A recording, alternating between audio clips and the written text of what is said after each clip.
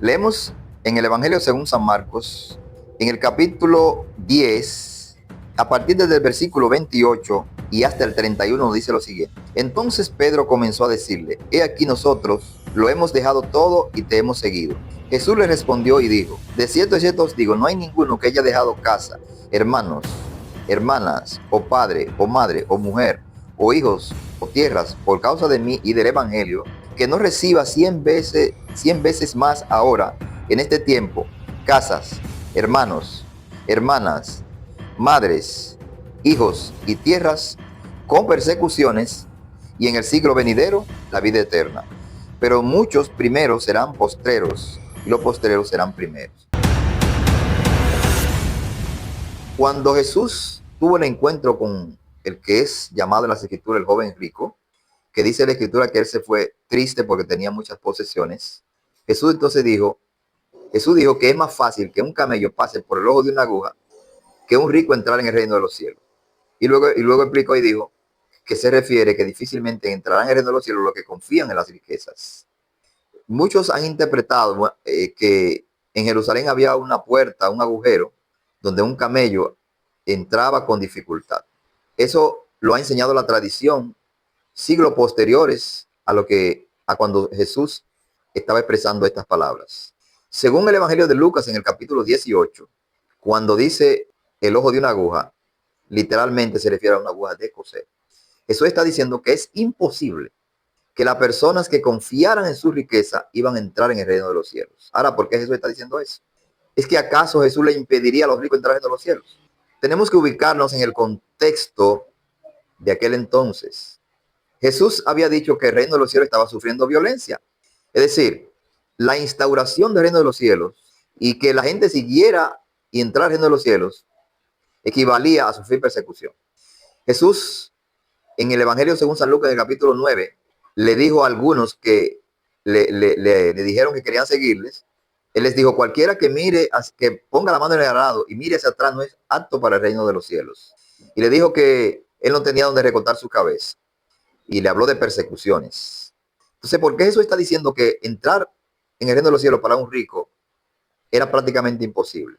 Porque este joven rico dio el ejemplo de que no estaba dispuesto a desprenderse de su riqueza para seguir a Cristo. Entonces, si nosotros vemos las persecuciones que hay ahí en el libro de los Hechos, y que Jesús narró también en el Evangelio de San Juan, él dijo: si a mí me persiguieron, ustedes lo van a perseguir también. Si guardaron mi palabra, la de ustedes la guardarán.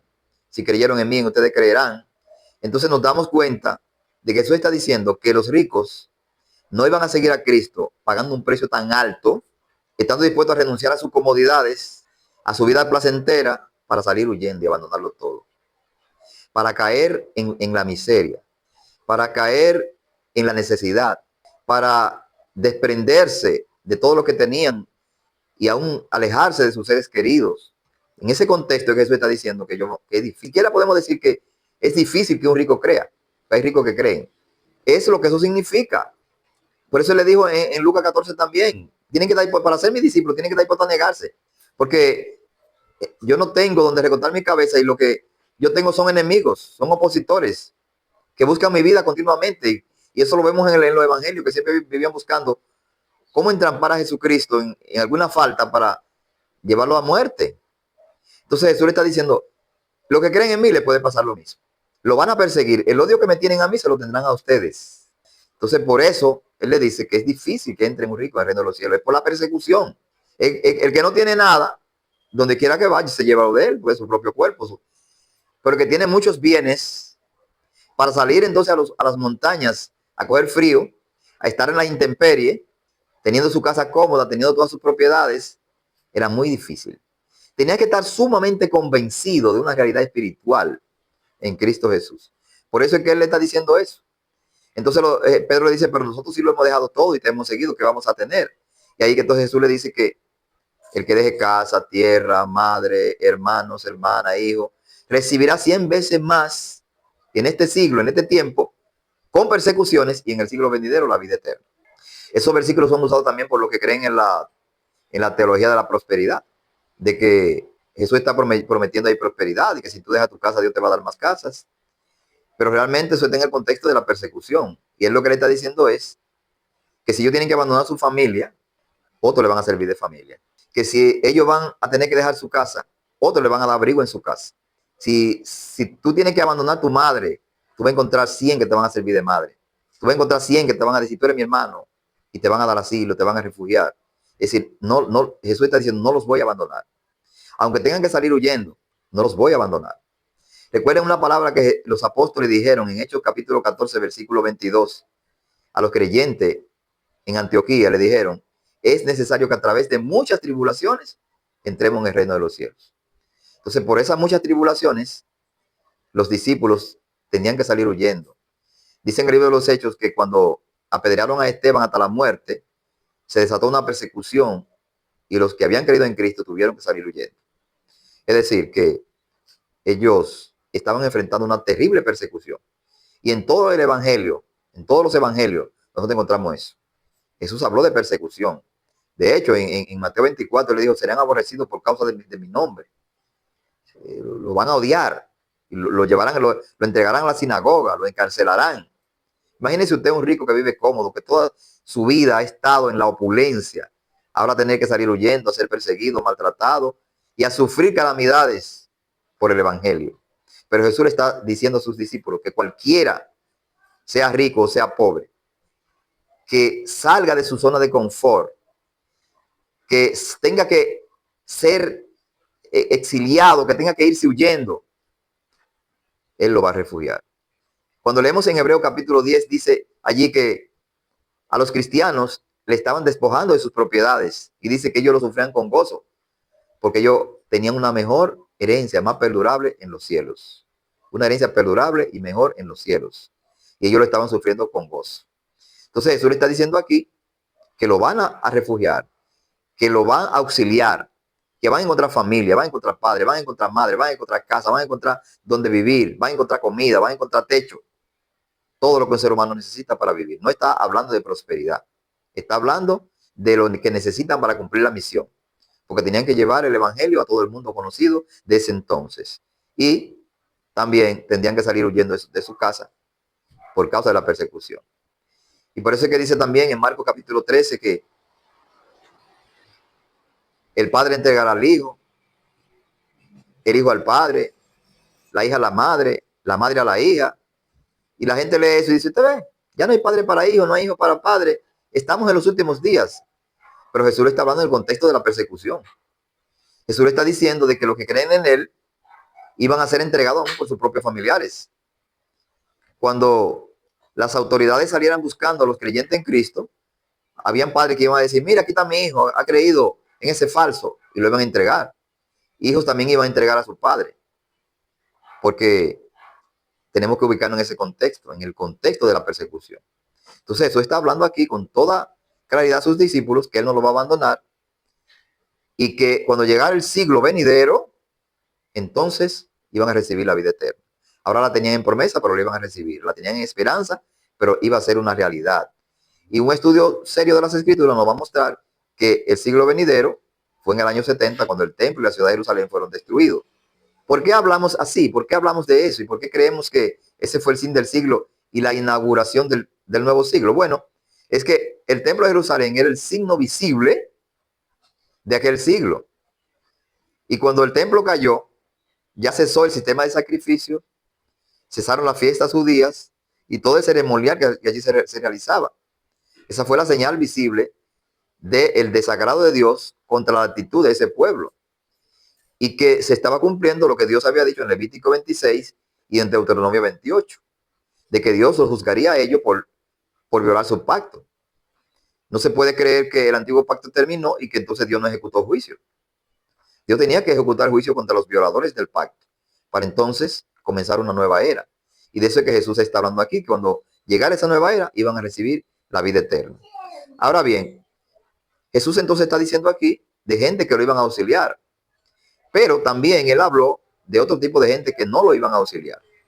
Y vamos al Evangelio según San Mateo en el capítulo 25, y vamos a conectar estos dos versículos porque yo creo todos textos que están hablando precisamente de lo mismo. En el capítulo 25 del Evangelio según San Mateo, Leemos a partir del versículo 31. Cuando el Hijo del Hombre venga en su gloria y todos los santos ángeles con él, entonces se sentará en su trono de gloria. Y serán reunidas delante de él todas las naciones. Y apartará los unos de los otros como aparta el pastor a las ovejas de los cabritos. Y pondrá las ovejas a su derecha y a los cabritos a la izquierda. Entonces el rey dirá a los de su derecha: venid benditos de mi Padre, heredad el reino preparado para vosotros desde la fundación del mundo. Porque tuve hambre y me disteis de comer, tuve sed y me disteis de beber, fui forastero y me recogisteis, estuve desnudo y me cubristeis, enfermo y me visitasteis, en la cárcel y vinisteis a mí. Entonces los justos responderán diciendo: Señor, ¿cuándo te vimos hambriento y te sustentamos, o sediento y te dimos de beber? ¿Y cuándo te vimos forasteros y te recogimos, o desnudo y te cubrimos? ¿O cuándo te vimos enfermo o en la cárcel y vinimos a ti? Y respondiendo el rey les dirá: de cierto os digo que en cuanto lo hicisteis a uno de estos mis hermanos más pequeños, a mí lo hicisteis. Entonces vemos aquí que está hablando de lo que lo hicieron, pero posteriormente en los versículos que siguen, le va a decir a los demás, a los cabritos: apartados al fuego eterno, preparado para el diablo y sus ángeles, porque yo tuve hambre y no me disteis de comer, tuve sed y no me disteis de beber, fui forastero y no me recogisteis. Es decir, está hablando de un grupo que hizo lo contrario. Entonces vemos que Jesús está diciéndole aquí que él iba a ejecutar juicio en las naciones y iba a tomar en cuenta cómo trataron a los discípulos en su persecución. Allí en Marcos 10 le está diciendo que lo iban a refugiar, le iban a servir de padre, le iban a servir de madre, lo iban a cubrir, lo iban a vestir, le iban a dar asilo en su casa. Y ahora aquí en la parábola le está diciendo que a esos que lo recogieran en ellos le iba a dar la vida eterna, y a los otros iban a ser apartados al fuego eterno, a lo que se conoce como el lago de fuego, el horno de fuego, el tormento. Porque tenemos que entender que son figuras de un juicio, porque no es lo mismo tinieblas que horno de fuego. Donde hay fuego no hay tinieblas. Lago de fuego, horno de fuego no es lo mismo. Tinieblas de afuera, lloro y crujir de dientes. En Apocalipsis habla de ser pisado en el lagar, porque son símbolos de un juicio. No creo que sea un fuego literal, que el lago de fuego sea un fuego literal, sino son símbolos de juicio. Entonces, ¿por qué Jesús dice que a lo que recibieran a sus discípulos, él los iba a premiar con la herencia en el reino de los cielos? Bueno, primero tenemos que entender que cuando él habla aquí de sus hermanos, o mis hermanos pequeños, se está refiriendo a sus discípulos. Hay varios versículos donde él dijo que sus hermanos son los que hacen la voluntad del Padre. Estos son mis hermanos, mi madre y mis hermanos. Entonces, él está hablando de sus discípulos. También él dijo en Mateo capítulo 10, versículos 40 y 41, que el que reciba a un siervo de él en su casa será bendecido, y el que le dé siquiera un vaso de agua fría no perderá su recompensa. De manera que Jesús no está hablando en este contexto de hacerle un bien a cualquiera. Está hablando en este caso de sus discípulos. Con esto no estoy diciendo que no hay que hacerle bien al que no sea discípulo. La Biblia dice en otro lugar: según tengamos oportunidad, hagamos bien a todos, a todos. Pero aquí él está dando una enseñanza de que eso que auxiliaron a sus discípulos iban a ser premiados con la vida eterna en el reino de los cielos. Ahora, tenemos que entender también y clarificar que Jesús no está aquí validando la salvación por obras. Jesús no está diciendo que por dar de comer, que por dar hospitalidad, que por dar ropa, la persona va a ganarse el reino de los cielos, sino que eso es la evidencia de que habían creído en él. Porque usted recibir en su casa a una persona que es prófugo de la justicia, porque era prófugo de la justicia que era injusticia, porque ellos estaban siendo perseguidos los discípulos por creer en Cristo, pero las autoridades, que eran la justicia, los representantes de la justicia, lo estaban persiguiendo. Entonces, recibieron en su casa a una persona que es odiada por las autoridades, usted corría peligro también. Y eso solamente lo hacían los que también creían en ese Cristo que ellos predicaban. Por eso dice el Escritura en Hechos 16, que cuando los apóstoles llegaron a Filipo, una mujer que creyó, llamada Lidia, recibió a los apóstoles en su casa. Entonces, ¿quiénes era que daban abrigo a los discípulos? ¿Quién era que daban techo? ¿Quién era que daban hospitalidad? Los que creían en Cristo. Y vemos en el libro de los Hechos también que en una revuelta que hubo, dice que sacaron a uno a la fuerza y lo entregaron a las autoridades diciendo, este ha recibido a los apóstoles en su casa, a los apóstoles de Jesús. Eso está en el libro de los Hechos, creo que capítulo 18 o 19. Dice que sacaron a Jasón a la fuerza porque había recibido a los apóstoles en su casa y dice que lo entregaron a las autoridades para juicio. Es decir, la gente que recibía a los apóstoles en su casa, que le daba comida, que le daba abrigo, que lo visitaba en la cárcel, que lo atendía cuando estaban enfermos, eran gente que habían creído en Cristo. Entonces, esos que habían creído en Cristo, demostraron que habían creído en Cristo sirviéndole a lo que predicaban a ese Cristo. Y por eso Él los va a premiar con la vida eterna, o le va a regalar la vida eterna. Pero Jesús está entonces en esto demostrando, dándole un estímulo a sus discípulos de que Dios va a tomar muy en cuenta cómo la gente lo trate a ellos en su misión de predicar el evangelio a todas partes y en su obra y también en su persecución. Cómo la gente le iba a dar acogida cuando ellos fueran perseguidos y que eso iba a ser tomado en cuenta por Dios. Y aquellos que no le dieron auxilio a los discípulos era porque no creyeron en ese Cristo. Y tenían a Cristo como un falso y dijeron, estos son falsos también, y lo entregaban a las autoridades. Leemos en el libro de los Hechos que mientras los apóstoles estaban predicando, los discípulos, muchas veces los judíos alborotaban y hacían que los gentiles persiguieran a los discípulos. Y perseguían también a los gentiles que se estaban convirtiendo. Es decir, Jesús está hablando de una tenaz oposición a la predicación de los discípulos. Por eso le dijo en varias ocasiones que le podía costar la vida, que seguir a Cristo podía costarle la vida, le costaba su comodidad y le acarrearía mucho sufrimiento y mucho dolor y abandono familiar. Pero que Dios tenía gente preparada para que lo recibieran en su casa y le dieran buena acogida. Por eso también cuando Jesús mandó los 12 y los 70, en Marcos 10 y en Lucas 10, Él le dijo, en la casa que lo reciben, quédense ahí, coman lo que le den, porque el obrero es digno de su salario. Y díganle, la paz ha llegado a esta casa. Y donde no lo reciban, ustedes le van a decir lo mismo. Díganle, la paz ha llegado a esta casa y se ha acercado a usted el reino de Dios.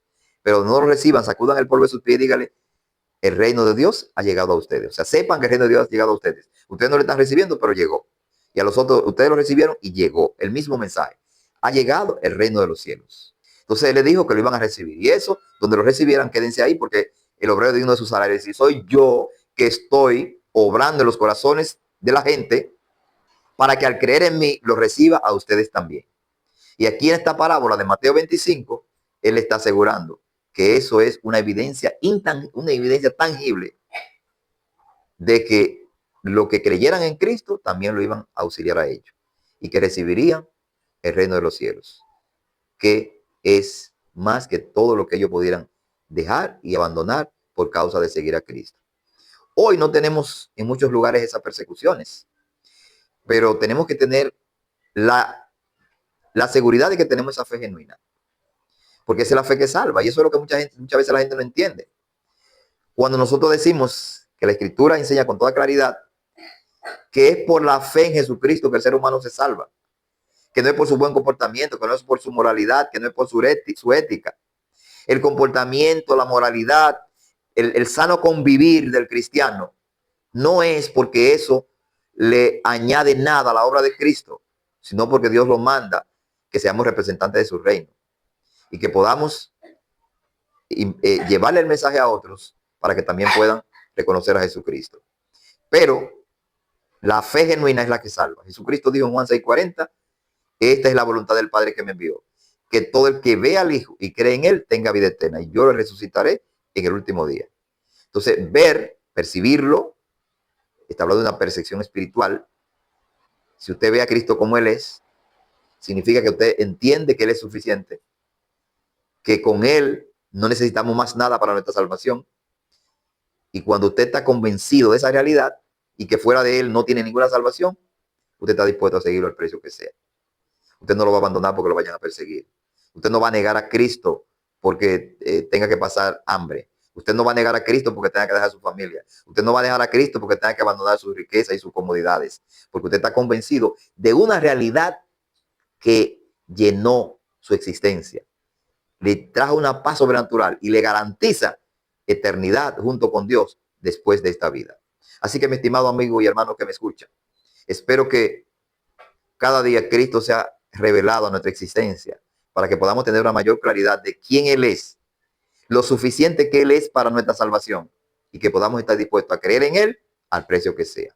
Que la gracia, la misericordia y el favor de Dios sean con todos y cada uno de nosotros. Gracias por sintonizar este programa y hasta una próxima ocasión.